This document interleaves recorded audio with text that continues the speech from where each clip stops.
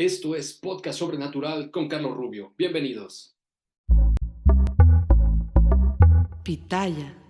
¿Qué tal, amigos? Bienvenidos nuevamente a Podcast Sobrenatural con Carlos Rubio.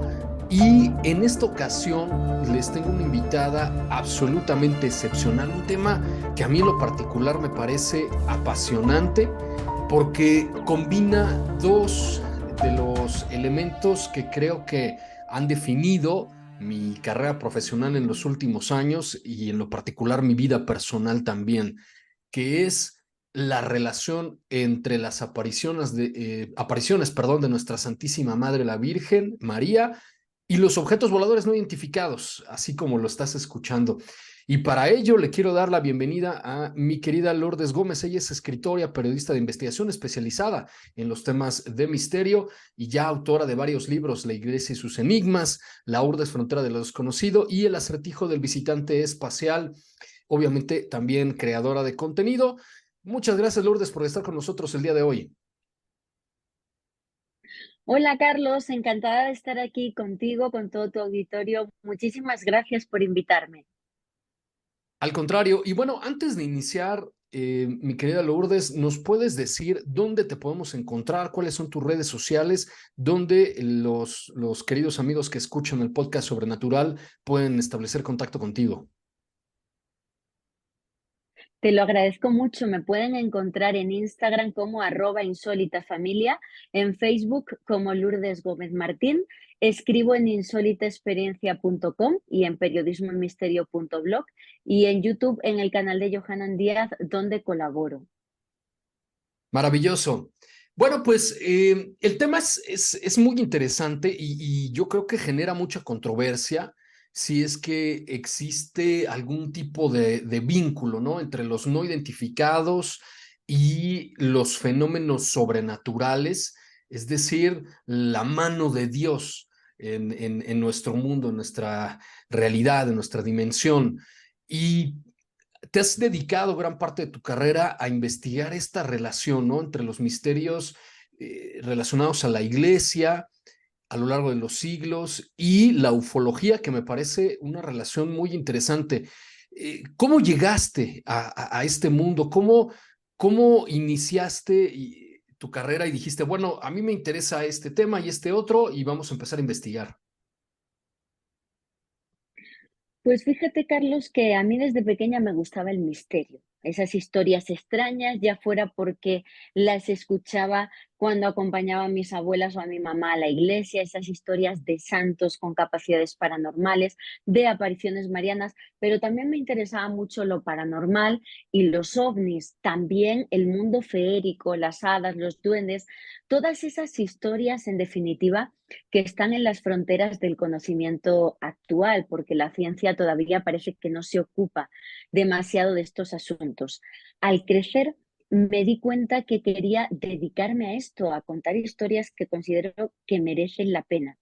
Y al ir investigando los distintos temas, me di cuenta que había muchos puntos de unión entre ellos. E incluso llegué a defender, como hago en la actualidad, que se trata exactamente de los mismos fenómenos, pero interpretados de manera diferente dependiendo de las creencias y del testigo de cada época.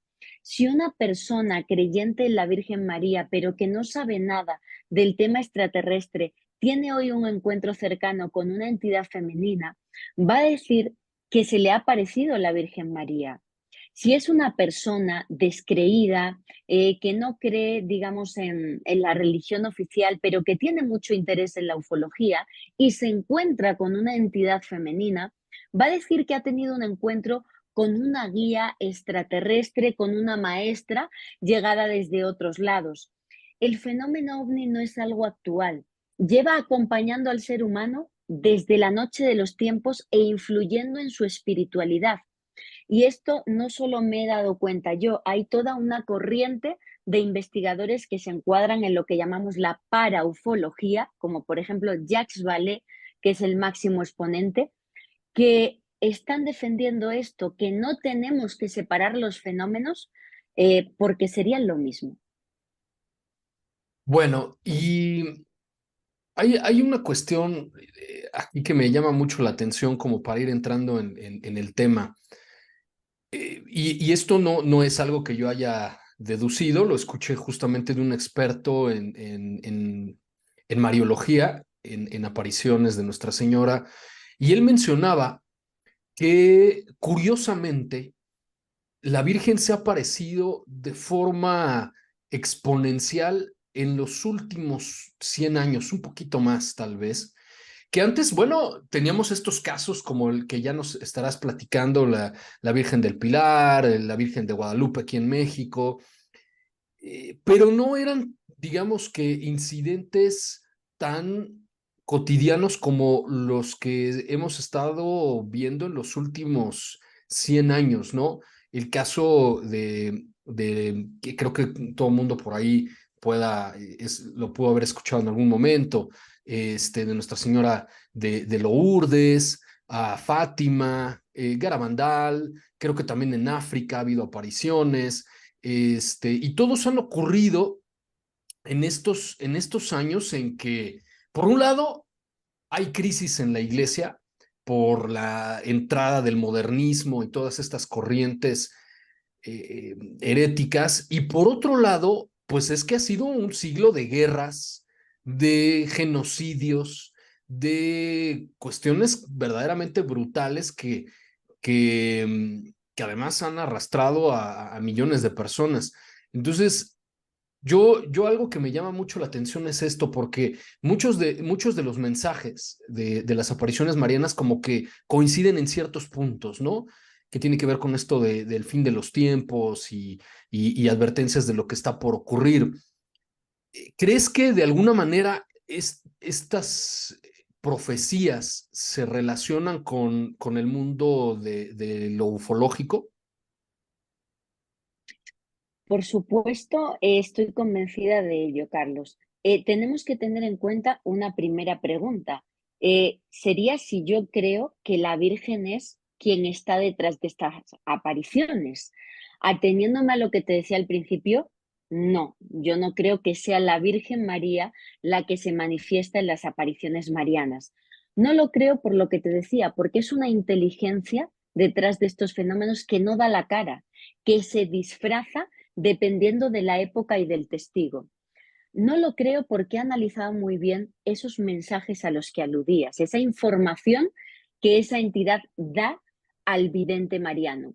Y, por ejemplo, en casos como en Fátima, es un tema dantesco. Estamos teniendo Claro. mensajes escritos por la principal vidente, por Lucía dos Santos, donde está supuestamente la Virgen María pidiendo la consagración de Rusia porque están siendo muy malos en la Unión Soviética en un siglo en el que había varios holocaustos. El holocausto soviético, el holocausto nazi, el holocausto vietnamita. Entonces no puedo considerar que si la Virgen realmente está dando esos mensajes, condene solo o pida solo por una parte de la humanidad.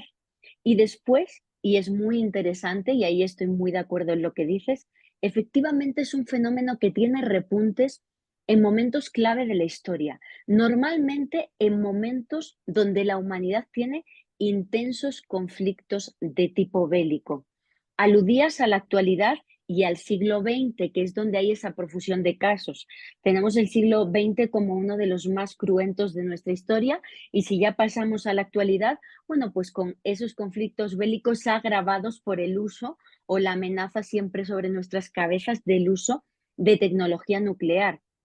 Y si me voy a momentos más antiguos que he podido analizar, en Europa o en el caso, por ejemplo, de España, que he investigado mucho, donde más casos de apariciones marianas se dan es en esos momentos de conflicto entre árabes y cristianos, en esas guerras tan cruentas. O si saltamos al continente americano, después de 1492 y toda esa época conocida como conquista, con esos enfrentamientos y guerras entre indígenas locales y los que llegaban de la vieja Europa, ¿no? Entonces, parece ser que esas apariciones están relacionadas con los conflictos bélicos humanos y además parece que es una inteligencia que interviene ayudando a unos u a otros. No sabemos dependiendo de qué. Bueno, sí, digo, con respecto a Fátima, creo que vamos a platicar un poquito más profundamente de eso.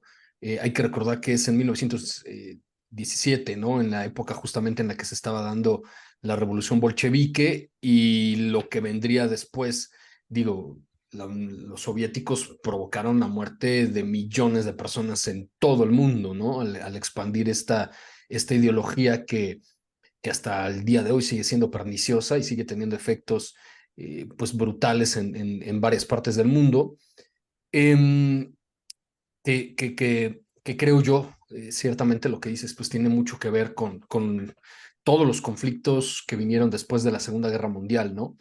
Guerras civiles, movimientos de liberación nacional, guerrillas, en fin, y que todavía al día de hoy pues siguen causando muertes, ¿no? En los países en donde todavía están. Algo que me llama la atención de lo que me acabas de comentar, por qué aparecerse estas inteligencias en los conflictos armados? Yo es algo que nunca me he podido explicar de las personas, por ejemplo, que hablan de que tienen estos contactos con otras inteligencias. ¿Por qué tomar partido? Porque ahorita nos decías, parece que a veces ayudan a unos o parece que a otros, o por lo menos solo les advierten a algunos, ¿no? ¿Por qué hacer eso y no intervenir directamente? ¿Por qué si de alguna manera tienen algún interés, podemos decirlo así, en nuestros conflictos?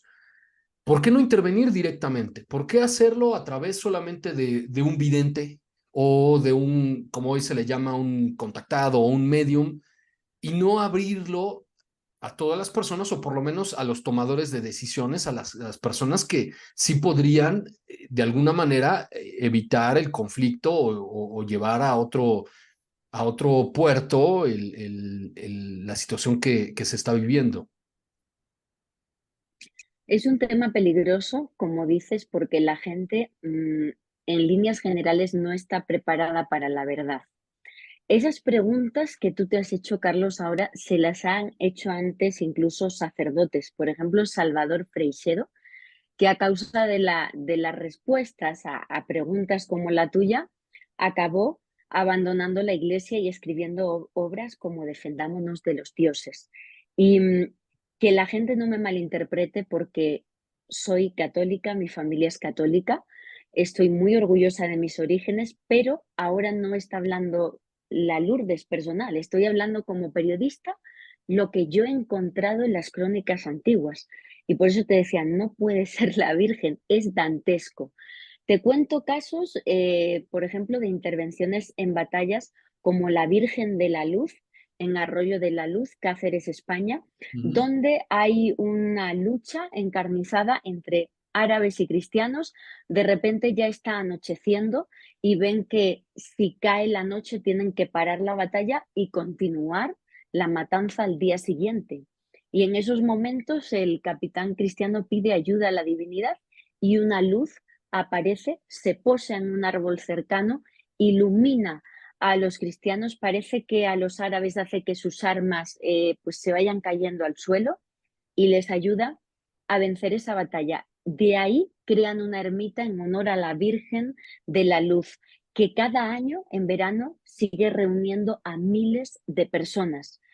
Te pongo un caso en Santiago de Chile, donde el conquistador Pedro de Valdivia escribió cartas hasta España para contar lo que le había pasado, que en la zona donde estaban los indígenas, digamos, más radicales, más difíciles de vencer, en la zona de la Araucanía, pues tuvieron apariciones tanto los españoles como los indígenas, que manifestaban que una señora, una entidad luminosa, se les aparecía para decirles que no lucharan contra los españoles, que se dejaran ganar, que se entregaran porque iban a perder, iban a morir y que lo mejor era entregarse y convertirse. O sea, te estoy hablando claramente de Sí. intervenciones partidistas por uno de los bandos. Es algo que no tiene una explicación desde el punto de vista lógico si pensamos que es la Virgen, o sí, yo desde luego, mi interpretación muy personal es que es una entidad que está modificando el curso de la historia humana, tanto a nivel bélico, a su antojo, no sabemos con qué pretensiones, como espiritual, porque este tipo de apariciones ha ido moldeando las religiones desde el punto de vista del ser humano. Sí, totalmente, totalmente cierto. Bueno, hay que recordar a nuestros amigos que la iglesia no reconoce muchas de estas apariciones, solamente reconoce algunas cuantas, las que se han hecho investigaciones muy profundas y bueno, al final los efectos de esta presencia, pues literalmente pues, ha generado un enorme beneficio para, para la, para la humanidad o para la comunidad en donde está. No todas son aceptadas y yo soy el primero que afirma esta situación, no por el hecho de que de pronto alguien cree que está viendo algo, alguna luz o alguna imagen en las nubes, o a veces hasta hay gente que dice que en los troncos de los árboles ve a la Virgen, pues no por eso quiere decir que efectivamente es Nuestra Señora y se apareció. Entonces, mucho de esto, pues sí, tiene que ver con los efectos de lo que las apariciones producen y lo que al final de cuentas la iglesia, las investigaciones propias de la iglesia pues terminan por, vaya, por concluir, aunque parezca redundante, ¿no? El caso, por ejemplo, de Medjugorje, que hasta el día de hoy, pues todavía no existe una definición, ¿no? Magisterial al respecto de lo que ocurrió ahí y que dicen algunos de los supuestos videntes todavía siguen viendo. Pero, pero volvemos a este punto que me parece sumamente importante. ¿Qué interés tienen estos seres en nosotros y, como dices, en moldear nuestra historia, en tomar un partido, en favorecer quizá a un grupo sobre el otro? Porque no podemos evitarlo, ¿no? No podemos evitar este tipo de preguntas. Somos, al final de cuentas, somos seres humanos y pensamos como seres humanos. Entonces, creemos que estos seres piensan como nosotros o que todos los seres, ¿no? Deberían pensar como nosotros. Entonces, como nosotros somos guiados primariamente por intereses, pues entonces creemos que estas entidades de otros mundos, otras dimensiones, en fin, pues también tienen que ser guiadas por intereses, ¿no? O por deseos, como lo hacemos generalmente nosotros. ¿Tú qué opinas? Después de todos estos años de investigación, ¿qué crees que quieren estos seres de nosotros o por qué ayudar a unos y a otros no? Algo bien interesante porque me he dado cuenta yo en muchos de los comentarios que me hacen en las redes sociales. ¿Por qué siempre Estados Unidos? ¿Por qué se presentan en los Estados Unidos? ¿Por qué favorecen a los Estados Unidos? Hombre, pues no, yo no tengo una respuesta, ¿no? Pero quizá parece ser que así es, ¿no? Que parece que tienen como que el interés o la intención de favorecer a algunos sobre los demás. Mira, Carlos, yo creo que es un fenómeno que se está presentando en todo el mundo, pero como decía, depende mucho del testigo y del lugar de la aparición, que lo encasillemos como una aparición mariana. Además, la Iglesia, la palabra con la que podíamos definir su actitud es prudencia. Claro, Toleran ciertos cultos, respetan ciertos cultos donde ha habido visitas papales, pero nunca por escrito documentos donde diga la Iglesia Católica aprueba que esto es así. O sea, son prudentes.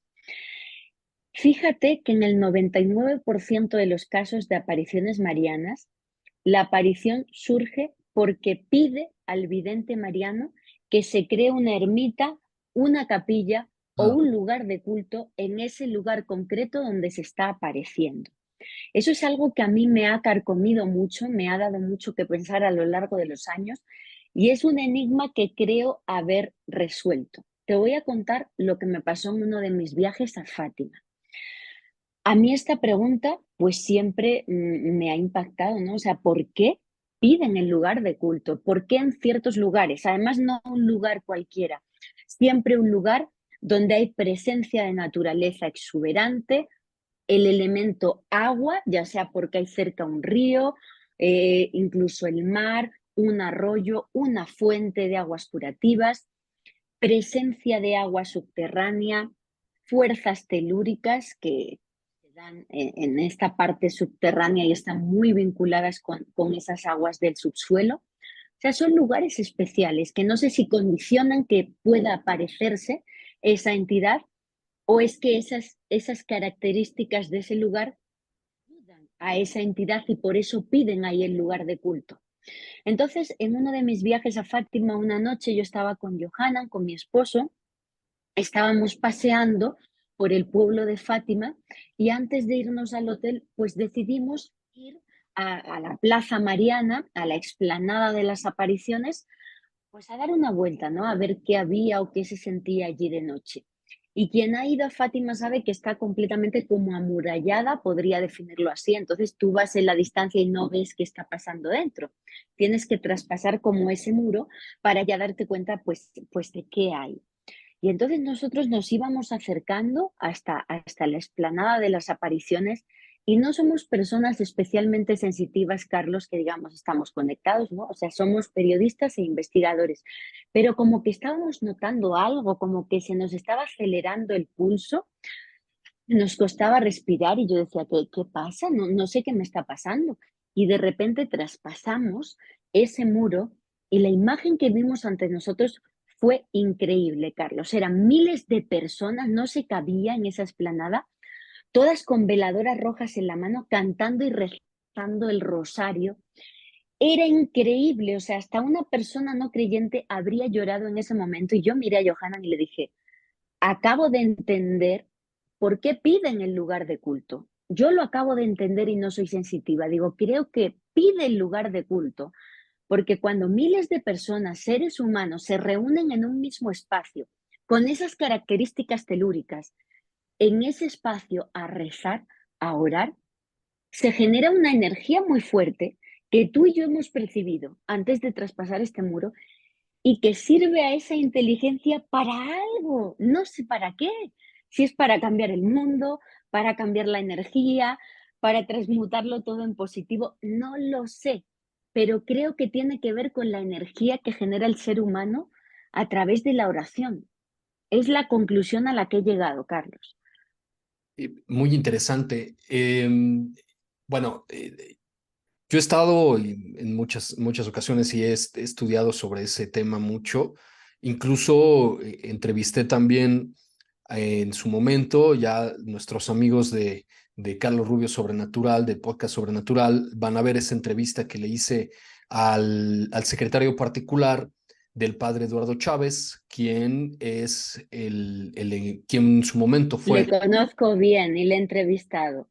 el Es padre un Chávez. gran investigador mariano, así es. Sí, totalmente, ¿no? Él, quien fuera el encargado de la causa de los santos para la santificación de San Juan Diego.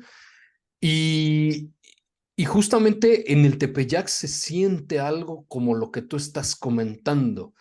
Claro, no es este lugar donde hay vida ni exótico, al contrario, era un páramo horrible donde solamente crecían los cactus y las piedras, pero sí hay algo en este sitio que reúne a más de 20 millones de personas cada año, ¿no? Y que la gente, y eso es algo que yo lo comentaba justamente durante esa entrevista, si esto no es verdad, entonces quiero que alguien me explique cómo es posible que después de 500 años, más de 20 millones de personas que a veces caminan kilómetros y kilómetros para poder llegar ahí año con año y lo hacen sin faltar. Entonces, ciertamente lo que tú dices es muy interesante porque sí se percibe, ¿no? No sé, nuestros amigos si han ido a la Basílica de Nuestra Señora de Guadalupe, pero hay algo muy especial, ¿no? Que cuando llegas ahí, mucho más si vas en la época que yo ahí, te soy muy honesto, no me acerco, ¿no? Cuando ya se acercan las fiestas el 12 de diciembre, porque es absolutamente imposible incluso aproximarse. Pero sí, ciertamente hay algo ahí que es inexplicable en términos racionales. Así es, fíjate que la Virgen de Guadalupe fue quien me trajo a mí a México. Yo, siendo adolescente, leí el libro El misterio de la Virgen de Guadalupe de Juan José Benítez, me enamoré de esta aparición guadalupana y ahí empecé a investigar. Yo soy de un pueblo en Extremadura, España, a muy pocos kilómetros del monasterio de la Virgen de Guadalupe, la advocación mariana más antigua que hay con este nombre, y me he dedicado mucho a investigar el origen de la Virgen de Guadalupe, tanto en México como allá en España. Y fruto de esas investigaciones fue que vine aquí a México a dar conferencias sobre ese tema, precisamente en la Basílica, en el Museo de la Basílica, con el padre Eduardo Chávez, que es el director del Instituto Superior de Estudios Guadalupanos de la Basílica. Sí. Y viví una experiencia increíble porque estuvimos a solas de noche en el camarín de la Virgen y es lo que tú dices, o sea, lo que se siente es inexplicable. Además, el caso de la Virgen de Guadalupe de México con respecto a los antiaparicionistas, bueno, es que todavía, voy a decir solo una cosa y con eso terminamos, no han podido demostrar por qué ese agave no se ha deshecho, si eso solo puede sobrevivir científicamente 20 años. Con eso ya lo hemos dicho todo. Hay muchísimos misterios más, pero los antiaparicionistas que traten de responder a eso no tienen respuesta. Critican, no les gusta, pero el misterio está ahí desafiándonos en pleno siglo XXI. No, y muy interesante porque además esta agavácea, ¿no? De lo que está hecho el ayate estuvo más de 100 años expuesto, sin ningún tipo de Así es. cristal, expuesto al humo de las veladoras, a que la gente los tocaba, besaban el ayate, y cómo es posible que después de 500 años siga ahí, sí, eso es algo verdaderamente inexplicable. Y esto me lleva a los mensajes. ¿Por qué, como bien nos decías hace unos minutos, por qué siempre parece este mensaje apocalíptico, que algo va a suceder, que parece ser, como el caso de Garabandal, ¿no? Que la copa ya se derramó, es decir, en Fátima, cómo le muestra a los pastorcitos el infierno, bien dices tú, dantesco. ¿Por qué ese tipo de mensajes? ¿Qué es lo que tú crees? ¿Cuál es la intención de presentarnos este futuro, pues nada agradable? La motivación no la sabemos, pero desde el punto de vista de la investigación, tendríamos que hablar de lo mismo de los mensajes extraterrestres y los contactados actuales. Es brindar una información para supuestamente cumplir con una ley universal que es la del libre albedrío. Es decir, que al final tú, como ser humano, puedas decidir el curso de tu destino. Te advierto, te doy una información de lo que va a ocurrir si sigues por ese camino bélico, de irrespetar el planeta Tierra, de atentar contra la vida. Si sigues por ahí, lo que va a pasar es esto. Entonces te estoy advirtiendo, como se dice siempre en el campo de la profecía, que son para que no se cumplan. Te estoy advirtiendo para que esto no llega a cumplirse, pero si sigues por ese camino es lo que va a ocurrir. Eso es lo que podríamos decir desde el punto de vista de la investigación y en el caso mariano, además es que eso es muy de madre, ¿verdad? De una Claro, entidad maternal. Lo que hace es cuidarte, advertirte, mira que si sigues haciendo eso te vas a caer, que si sí. vas por ahí te vas a caer. Al final sería eso, pero la motivación, sinceramente, que hay detrás, no lo sé, por todas esas dudas que te digo que tengo de que realmente sea la Virgen. ¿Y qué me puedes platicar de Garabandal, de allá de tu tierra? Que también la iglesia pues ha hecho varias investigaciones. De hecho, creo que la última se volvió a hacer durante el pontificado se me está yendo híjole, de De Benedicto XVI. Benedicto, Juan Pablo, Sí, ¿ok? de Benedicto XVI, Así. pero otra vez no llegó a ninguna conclusión. Parece que hay algunas inconsistencias. De hecho, creo que la vidente todavía vive, ¿no? Conchita. ¿Qué nos puedes comentar de eso? Así es. Es un caso muy polémico que la Iglesia a la fecha no quiere aceptar, a pesar de que se han hecho muchos documentales por Ujú. parte de las personas que promueven esta causa, donde incluso hablan muchos sacerdotes aludiendo a la veracidad de las apariciones, pero la posición de la Iglesia es silencio y prudencia. En su momento, las niñas, bueno, pues fueron, digamos, sufrieron la reprimenda de las autoridades eclesiásticas locales que las obligaron a callar, incluso las amenazaron con meterlas en aceite hirviendo si seguían por ese camino. Y como dices, es un caso actual porque alguna de las videntes vive, de hecho Conchita, la principal vidente, vive, ha vivido mucho tiempo en Nueva York.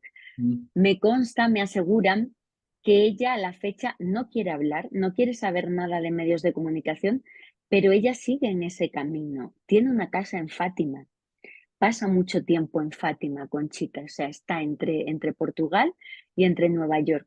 Y no quiere hablar, pues porque han sufrido mucho. Fue una aparición que se produjo en un pueblo perdido en la Sierra del Norte de España en los años 60, donde de haber decenas de habitantes, de repente eran miles y miles de personas que llegaban para vivir estas apariciones que duraron muchos meses, varios años. Fueron miles de apariciones ante miles de testigos, donde estas niñas entraban en un trance hipnótico, se enajenaban de la realidad.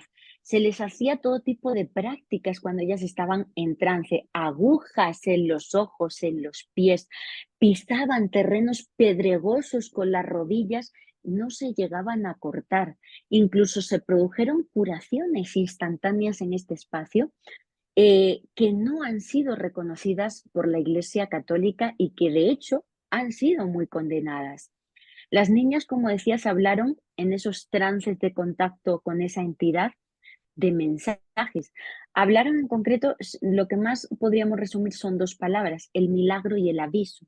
Se hablaba de un milagro que se iba a producir, pues parecido al milagro del sol en Fátima, ¿no? Un milagro multitudinario para que la gente Sí. creyera por completo en las apariciones de Gabrabandal, y el aviso que era un fuego que iba a llegar del cielo para condenar a las personas que no creyeran. Se ha interpretado como la llegada de algún asteroide, o incluso durante la pandemia fueron varios los investigadores que trataron de contactar con Conchita y que aseguraban que ellos podían decir que Conchita o alguno de los cercanos habría dicho que ellas habían visto también eso que nos estaba ocurriendo en 2020. Nunca se ha podido confirmar. Lo que sí te puedo decir, Carlos, es que a la fecha se siguen produciendo cosas extrañas en Garabandal, incluso contactados con extraterrestres como Ventura Muñoz, una persona con quien tuve mucho contacto, ya fallecido lamentablemente, que estando por Garabandal ve a un monje, una figura vestida de negro, que le pide que le siga, él le sigue y le lleva hasta un árbol allá en Garabandal, un árbol que de repente se cubre por completo de blanco, como si hubiera nevado, solo ese árbol, con esa sustancia de cabello de ángel. Eso fue fotografiado. Yo he visto la fotografía, fue fotografiado por un investigador del fenómeno ovni de España y quedó registrado el fenómeno. Entonces estamos hablando, repito nuevamente, de algo que continúa en el tiempo y que no ha sido debidamente aclarado.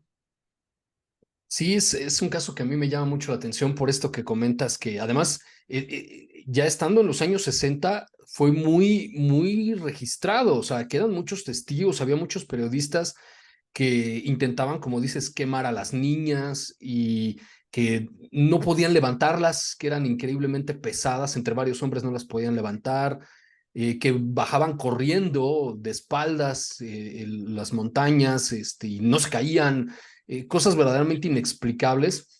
Que creo que sí, a mí en lo particular yo opino que dan fe de que algo verdaderamente sobrenatural ocurrió ahí y como comentas, sigue ocurriendo. Em, y esto pasará también en Medjugorje. ¿Qué sucede ahí? Yo creo que en muchos de estos casos siempre no va a haber polémica, va a haber gente que diga que sí, que no, y como bien señalas, la iglesia siempre se ha mantenido en ese sentido muy cauta, eh, pero hay sacerdotes que apoyan y hay otros que dicen que no. ¿Qué es lo que sucedió ahí? O sucede, creo, ¿no? Pues Sí, exacto. Tenemos el mismo caso. Como decías, hay mucho material de esos fenómenos de tipo parapsicológico que se produjeron en las niñas, que quedaron registrados tanto en video como en fotografía, y que nos demuestra no solo esa vinculación ufológica, sino también paranormal. Estamos hablando de la capacidad extrasensorial del ser humano, de ese contacto con las otras realidades, que siempre lo hemos interpretado desde el punto de vista de una persona, una vidente, una medium, puede tener facultades desarrolladas que están dormidas en otro ser humano para contactar con las otras realidades. ¿Por qué esas niñas contactan? Cualquiera puede hacerlo. El caso es que desde el punto de vista de la parapsicología, cualquiera podría hacerlo, pero hay personas, según investigaciones científicas que se están haciendo en la actualidad, por ejemplo, magníficas son las del doctor en psiquiatría argentino Néstor Berlanda, que demuestran que cuando hay ese contacto con la otra realidad, el cerebro está liberando una sustancia conocida como DMT, que también está presente en plantas sagradas como, bueno, pues las que normalmente se ingestan en ceremonias como la ayahuasca, y que hay personas que de manera natural liberan más DMT de lo normal, que es lo que provocaría esa puerta de entrada a otras realidades Ujú. y, por lo tanto, a casos como el de Conchita. Además, vendrían por un linaje, Carlos. Néstor ha descubierto que actuales contactados con extraterrestres, te pones a buscar en su árbol genealógico, tenían chamanes como abuelos o bisabuelos. Es decir, parece que es una anomalía genética que se estaría produciendo en ciertas personas y que les estaría abriendo las puertas a ese contacto. En el caso de Garabandal, a través de esa aparición mariana, y lo mismo que en Meyugore, donde tenemos a muchísimas personas videntes, normalmente son mujeres, que aseguran estar recibiendo información. No sabemos si solo influye esa predisposición genética, no sabemos si influyen las prácticas ascéticas de estas personas, es decir, el estado de meditación, o incluso el ayuno. Es Ah, algo que le pasaba a Santa Teresa de Jesús. El tipo de pan que consumía de centeno, que habitualmente podía estar contaminado con el llamado hongo del cornezuelo, que tiene propiedades parecidas a la de la ayahuasca. Entonces, podría ser la predisposición genética, las prácticas, ya sea meditación, ayuno o el consumo de ciertas sustancias, o el lugar. No nos olvidemos, vamos a volver al principio, sí. de por qué pide la aparición mariana ese lugar en especial, Carlos.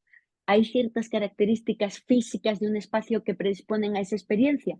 Eso está ocurriendo ahora mismo en Medjugorje, pero necesitaríamos recursos para poder analizar esos aspectos. ¿Qué Claro. es lo que está influyendo en lo que está pasando?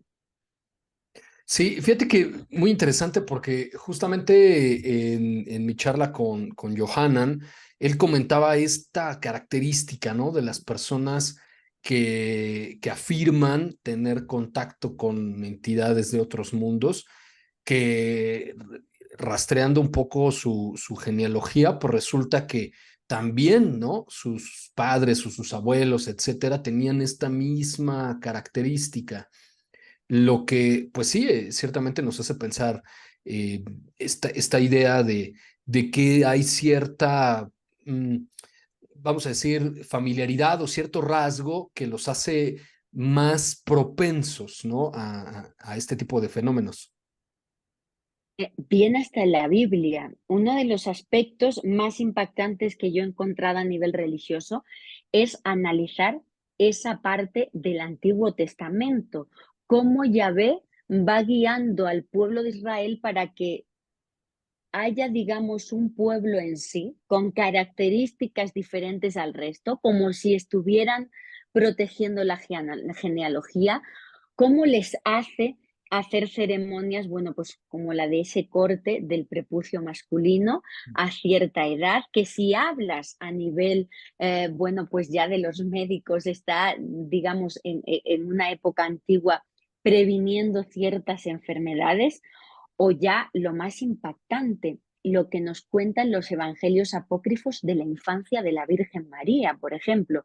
Y cuando hablamos de evangelios apócrifos, que no piense la gente que son textos modernos, no, Sí. son textos tan antiguos como los evangelios aceptados en el canon oficial de la Biblia, pero que la Iglesia desestimó. Tendría sus razones, pero tienen la misma antigüedad. Y en ese evangelio de la infancia de la Virgen encontramos Carlos, aspectos tan impactantes como que la Virgen desde pequeñita es llevada al templo para ser criada en el templo, Sí. ofrecida por sus padres para que la criaran allí, pero ella comía aparte, no le daban el mismo alimento que el resto porque unos ángeles bajaban a darle un alimento especial. Es como si ya, repito, vuelvo a hablar de la genética, de las prácticas que tenga esa persona, se la estuviera preparando su cuerpo para una misión especial y para tener contacto con esas entidades que le alimentaban y le enseñaban cosas. Bueno, y cuál, para ir cerrando, ¿cuál es tu conclusión de todos estos fenómenos que has observado?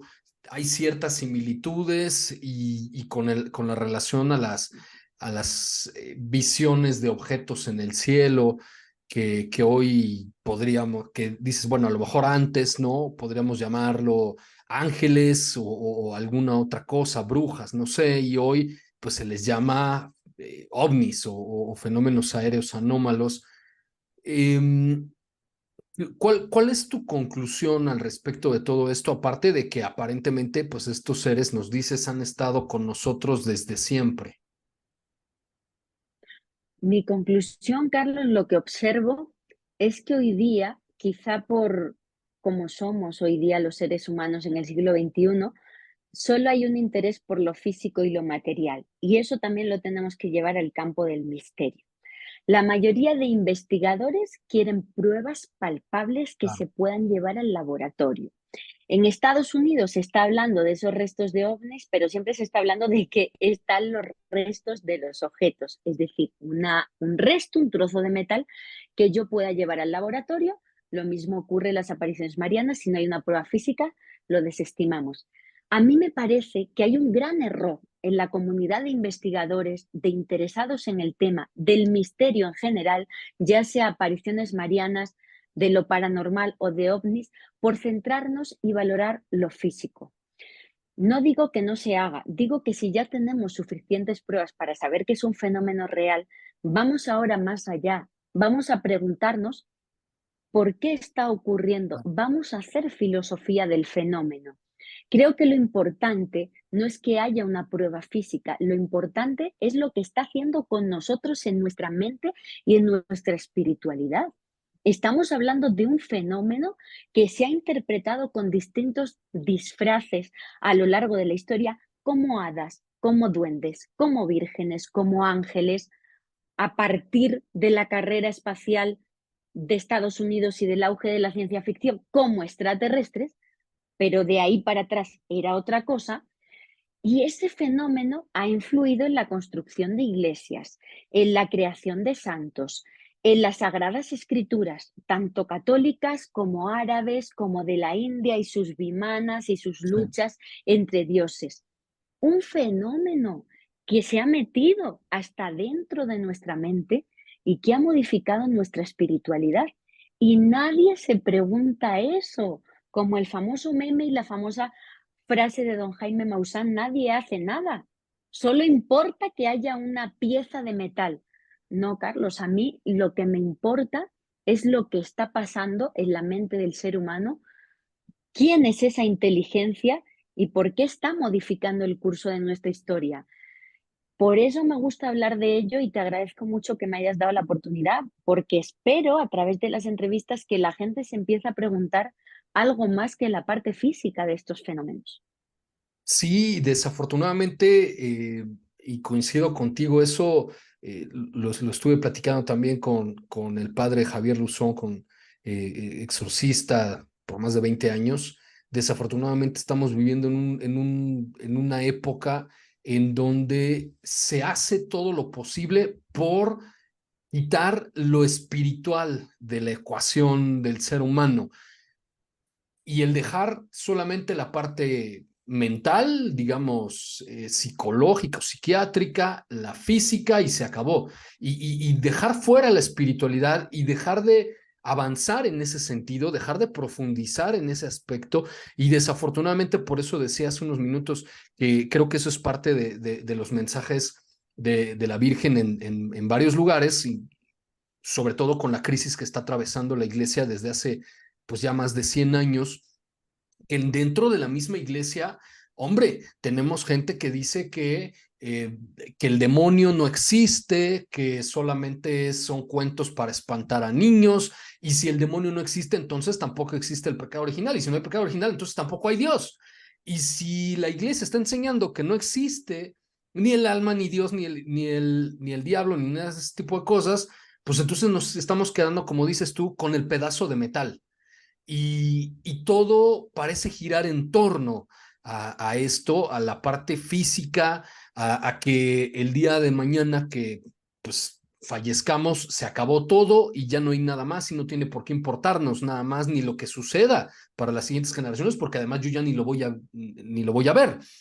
Y parece que tienes toda la razón, todo la cultura occidental gira en torno a esto, ¿no? A la materialidad, a la satisfacción inmediata, al goce instantáneo, y lo demás no importa porque si no lo veo, pues entonces no existe, ¿no?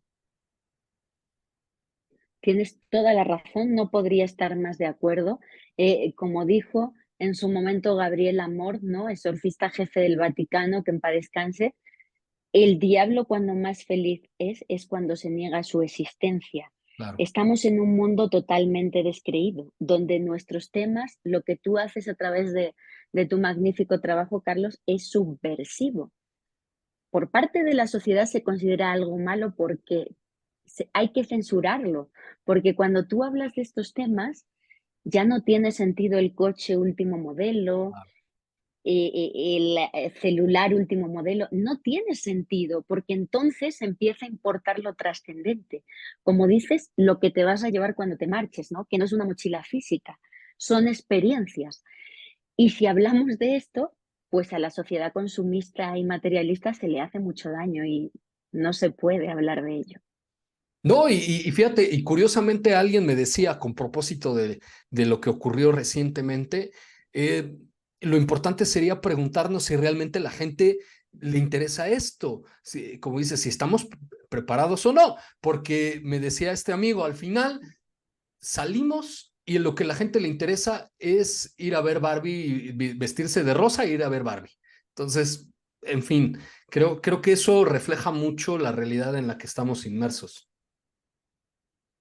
Totalmente. Y aunque parezca que no interesa, yo creo que a nivel micro, o sea, a nivel de la gente individual, sí que interesa. Por eso se está produciendo ese vacío existencial desde el punto de vista de las religiones oficiales que de alguna manera no se están sabiendo adaptar a los nuevos tiempos y por eso precisamente el auge de nuestros temas, ¿no? Que la gente consuma tanto este tipo de información porque quieren respuestas y no las encuentran, como dices, cuando van a Barbie o cuando hacen cualquier otra actividad de ese tipo. Claro. Maravilloso, pues Lourdes, te agradezco muchísimo nos hayas acompañado el día de hoy en Podcast Sobrenatural. Repítenos, por favor, dónde te pueden encontrar todos nuestros oyentes y que puedan estar en contacto contigo, dónde pueden adquirir tus libros. Muchísimas gracias, Carlos. Pues estoy en Instagram como @insólitafamilia, en Facebook como Lourdes Gómez Martín, escribo en insólitaexperiencia.com y en periodismoymisterio.blog y colaboro en el canal de YouTube de Johanan Díaz Vargas. Mis libros, pues en cualquier plataforma de estas, Google, Amazon, no sé, pues podéis poner ahí los títulos y los encontraréis. Y bueno, pues muchas gracias por la oportunidad y gracias a todos por escucharme. Maravilloso. Vamos a ir corriendo a comprar tus libros que me imagino están llenos de esta información que a veces se nos oculta. Te agradezco muchísimo nuevamente nos hayas Totalmente. acompañado. Gracias, un abrazo enorme, que estés muy bien, gracias. Y bueno, amigos, esto es todo por el episodio de hoy. Ya saben que a nosotros nos encuentran en todas las plataformas digitales. Pueden descargar este episodio junto con todos los demás. Y a mí me encuentran en carlosrubiosobrenatural.com, en las redes sociales, Facebook, TikTok y YouTube como Carlos Rubio Sobrenatural. Y también en Twitter como @profcarlosrubio. Y nos vemos y nos escuchamos en la siguiente emisión de Podcast Sobrenatural.